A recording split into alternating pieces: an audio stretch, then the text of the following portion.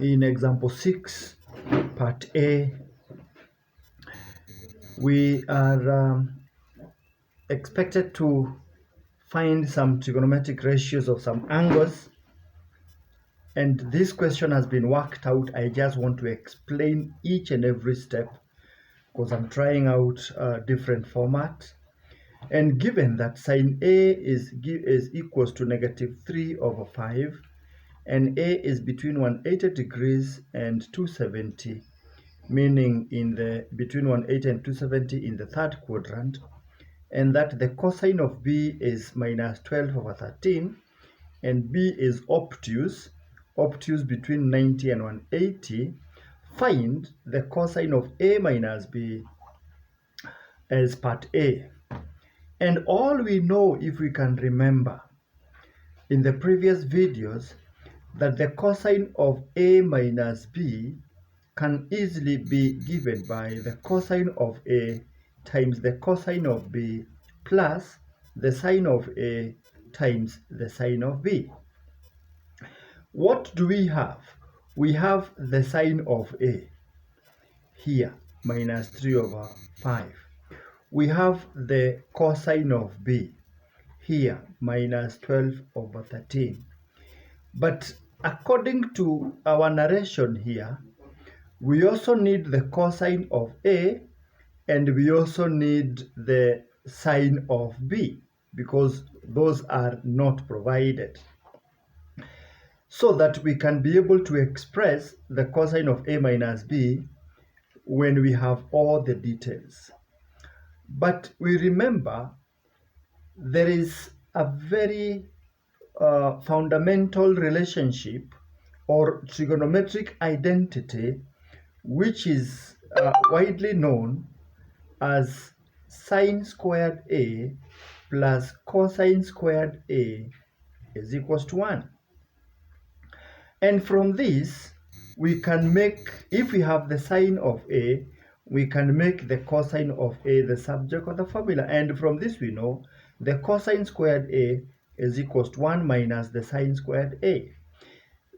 If we now want to substitute this, the cosine squared of A is 1 minus the sine squared of A, so 1 minus 3/5 squared, which is basically 1 minus 9/25.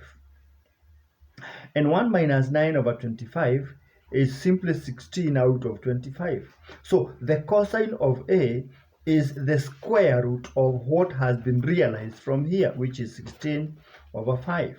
And the square root of any number is plus or minus. So the cosine of A is plus or minus 4/5. But let us examine where A dwells. A is between 180 and 270, between this and this, meaning that it is in the third quadrant, it is here.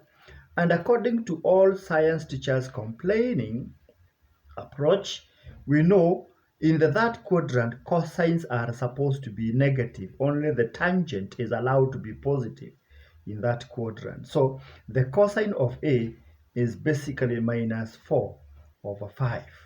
Now we have the cosine of A, and this is what we have filled here. The cosine of A is -4/5. We are looking now for the sine of B. And from the same approach, the sine squared of B is given by 1 minus the cosine squared of B, which is 1 minus the cosine squared of B, which is -12/13. And this is 1 minus 144 out of 169. And our difference of the two is 25 out of 169. So the sine of B is basically the square root of that, which is plus or minus 5 out of 13. At that point, we need to examine in which quadrant does B dwell. And because B is obtuse, it is in the second quadrant. And in the second quadrant, the signs are positive. So our sine of B is basically +5 out of 13.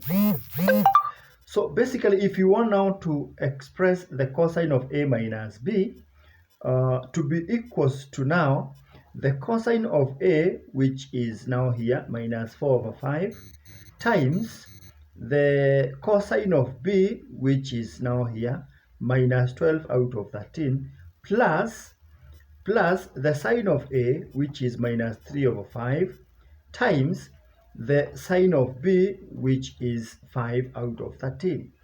Expanding this, we have, of course, minus 4 times minus 12 is 48 out of 65, plus minus 15 out of 65. So 48 out of 65 plus minus 15 out of 65 is basically 48 minus 15, which is 33 out of 65.